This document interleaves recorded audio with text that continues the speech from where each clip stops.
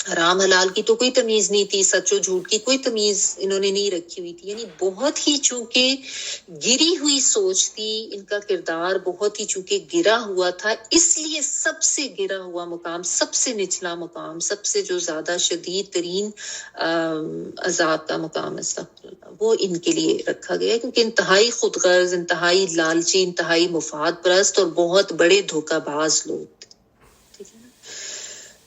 تو یہ چیز ہے۔ ایک دفعہ نبی صلی اللہ علیہ وآلہ وسلم نے ایک آواز سنی اور فرمایا کہ جہنم میں ایک پتھر پھینکا گیا تھا 70 سال پہلے، جو کہ آج اس کی تہ تک پہنچا ہے، یعنی بالکل جو نچلا طبقہ ہے نا، وہاں پہ جانے میں اتنا ٹائم، اب اللہ تعالیٰ عالم، یہ مطلب ایک اندازے کے لیے بتایا گیا یا جس طریقے سے بھی، بہرحال وہ نبی صلی اللہ علیہ وآلہ وسلم نے اس کو اس طریقے سے سمجھایا کہ 70 سال لگے تھے اس کو جہنم کی تہ میں پہنچنے کے، تو خود اندازہ کر لیں کہ کس طرح ہے۔ آپ کبھی آپ سمندر کی تہ کوئی غور کریں نا، اگر کبھی آپ نے یہ کوئی پروگرام وغیرہ دیکھے ہو بی بی سی ارتھ پہ، یا جو بھی اس طرح کے پروگرامز ہوتے ہیں جس میں کوئی سی ورلڈ یا لائف دکھائی جاتی ہے، اس میں ڈیپ ڈاؤن آپ ابھی تو دیکھیں اتنا جایا ہی نہیں گیا ہے، وہاں کی چیزیں تو ابھی بہت سی ہیں جو انسان ایکسپلور کر ہی نہیں سکا، کہ وہاں پہ اتنا اندھیرا ہے اور وہاں پہ جانا ہی پاسبل نہیں ہے۔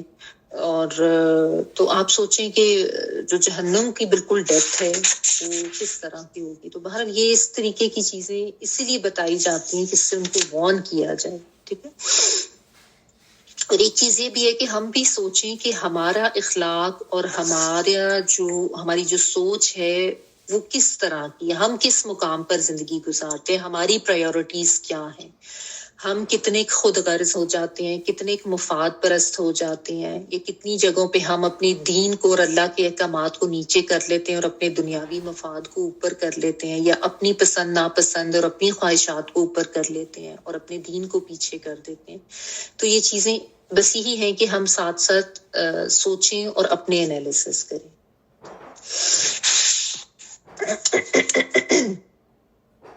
ونس اگین اس میں یہ یاد رکھیں کہ جو بات میں بار بار آپ کو بتاتی ہوں کہ یہ سارے تھے ایکچولی کافر ہی تھے، اعتقادی منافق، یعنی جن کے لیے میں نے آپ کو یہ 2 گروپس پہلے بھی بتائے تھے، سورۃ البقرہ میں بھی اور اس میں بھی بتائے ہیں کہ اعتقادی منافق اور عملی منافق، ان کا تو یعنی ایمان ہی نہیں تھا نا، یہ تو اللہ پہ یا رسول پہ صلی اللہ علیہ وسلم یا کتاب پر ان کا ایمان کوئی نہیں تھا، تھے یہ کافر ہی تھے، اور حرکتیں جو ہے وہ ان کی اس طرح سے تھی، دھوکہ اس طریقے سے دیتے تھے۔ اور بعض جو جیسا آج مسلمانوں میں سے جو ہوتے ہیں وہ عملی منافق ہوتے ہیں، ٹھیک ہے۔ لیکن بہرحال سمجھایا ہمیں اسی لیے جاتا ہے کہ ہم ساتھ ساتھ اپنے کردار کے اوپر غور کریں کہ کوئی ایسی صفات ہیں تو ہم بھی ان سے بچیں، ٹھیک ہے۔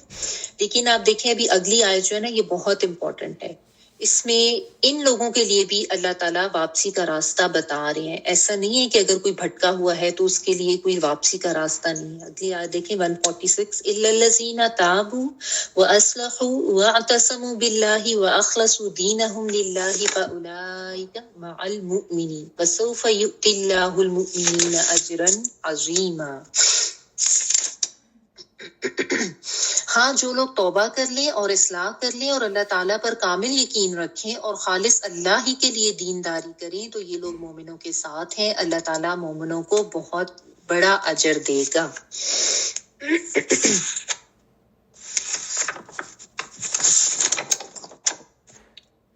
اللہ مگر الذین وہ لوگ تابو جنہوں نے توبہ کی، تا واو اور با، تا واو با توبہ کرنا جو ہوتا ہے اس کا مطلب ہوتا ہے لوٹنا یا پلٹنا، یعنی عملی جو طور پر ہوتا ہے نا اس کو کہتے ہیں، اور زبانی جو ہم کہتے ہیں وہ تو ہوتا ہے نا استغفار کرنا، یعنی آپ مغفرت طلب کر رہے ہوتے ہیں، اور عملی طور پہ جب آپ لوٹتے ہیں پلٹتے ہیں تو اس کے لیے تابا یتوبو کا ورڈ آتا ہے، ٹھیک ہے۔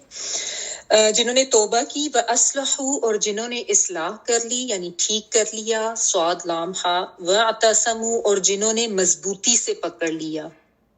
اعتصام جو ہے نا اس کا مطلب ہوتا ہے مضبوطی سے پکڑ لینا، روٹ ورڈ اس کا عین صاد اور میم، ٹھیک ہے، اس سے ہے یہ فَقَدِ اسْتَمْسَكَ بِالْعُرْوَةِ الْوُثْقَىٰ، یہ والی جو آئی تھی اس میں جو کانسیپٹ تھا نا یہ وہی والی چیز ہے، ٹھیک ہے۔ اعتصام باللہ کا بھی ٹاپک آپ پہلے پڑھ چکے ہیں۔ اچھا، باللہ اللہ کو یعنی ابھی چلے میں اس کو تفصیل میں ایکسپلین کر دیتی ہوں کہ اللہ کو مضبوطی سے پکڑنا کیا مراد ہے سے. وَأَخْلَصُوا اور انہوں نے خالص کر لیا خا لام اور صاد دینہم دین ان کا للہ لیے اللہ کے فَأُولَٰئِکَ تو یہی لوگ ما المؤمنین ساتھ ہے مومنوں کو فسوفا اور ان قریب یؤت اللہ دے گا اللہ تعالیٰ حمزہ تا یا والا روٹ ورڈ ہے اللہ تعالیٰ المؤمنین مومنوں کو اجرن اجر یعنی ریوارڈ اور عظیمہ بہت بڑا عین زوئیں اور میم کا روٹ ورڈ ہے. ٹھیک ہے عزم جو ہے میں نے آپ کو بتایا تھا یہ ویسے ہڈی کے لیے آتا ہے.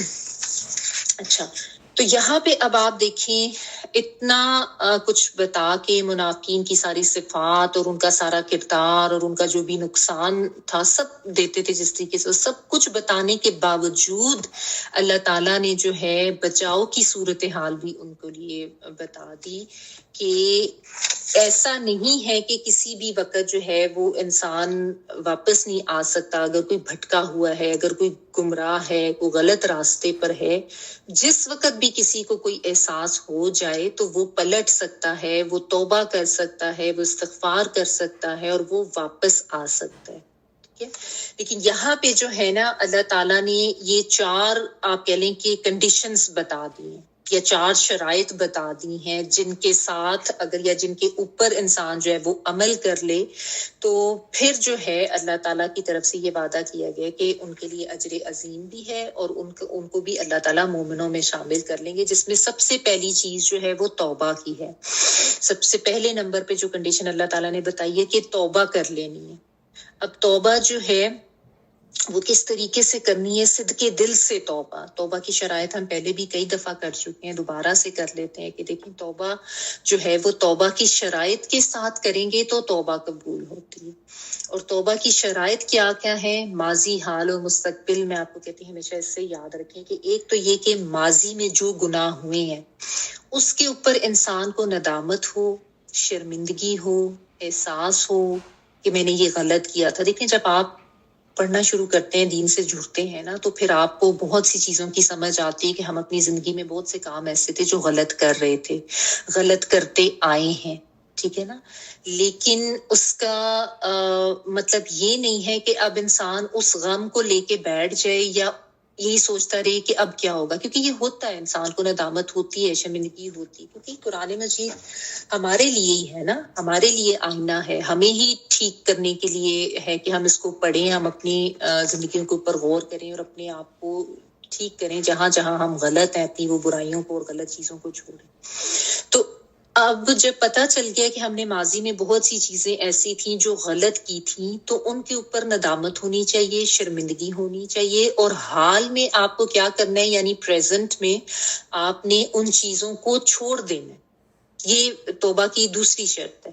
ٹھیک ہے اور چھوڑ دینا یعنی اب آپ نے پھر پوری یہ کوشش کرنی ہے کہ نہیں اب میں نے یہ ایک نیت کر لینی ہے کہ میں نے اب یہ غلط کام نہیں کرنا اب میں نے اس کو چھوڑ دینا ہے اور چھوڑنا ہے. ٹھیک ہے یہ نہیں کہ بس آپ اس کو پوسٹ پون کرتے رہے اچھا بھی کر لوں گا اچھا دیکھتا ہوں اچھا چلو کر لوں گا. اور بعض لوگ یہ بھی کرتے ہیں اچھا اللہ کی طرف سے توفیق ہوگی نا تو ہم کر لیں گے اللہ تعالیٰ خود ہی ہمیں ہدایت دے گا تو ہم کر لیں گے. ایسی بات نہیں ہے یہ اللہ تعالیٰ ہدایت کا کلیہ اسی لیے ہمیں ساتھ ساتھ سمجھاتے ہیں کہ اپنی طرف سے انسان کی طلب ہو اور اپنی طرف سے کچھ عملی اقدام بھی ہو. یعنی یہ نہیں کہ بس انسان کے بعد اللہ نے دینی ہوگی ہدایت تو دیں گے. بہت سے لوگ یہ بھی کہتے ہیں یہ اپنے آپ کو دھوکہ دینے والی بات ہے ایسے نہیں ہے. آپ کو قدم اٹھانا ہے آپ کو آگے جانا ہے خود عمل کرنا ہے تو اللہ کی طرف سے بھی ہدایت ملے گی نا.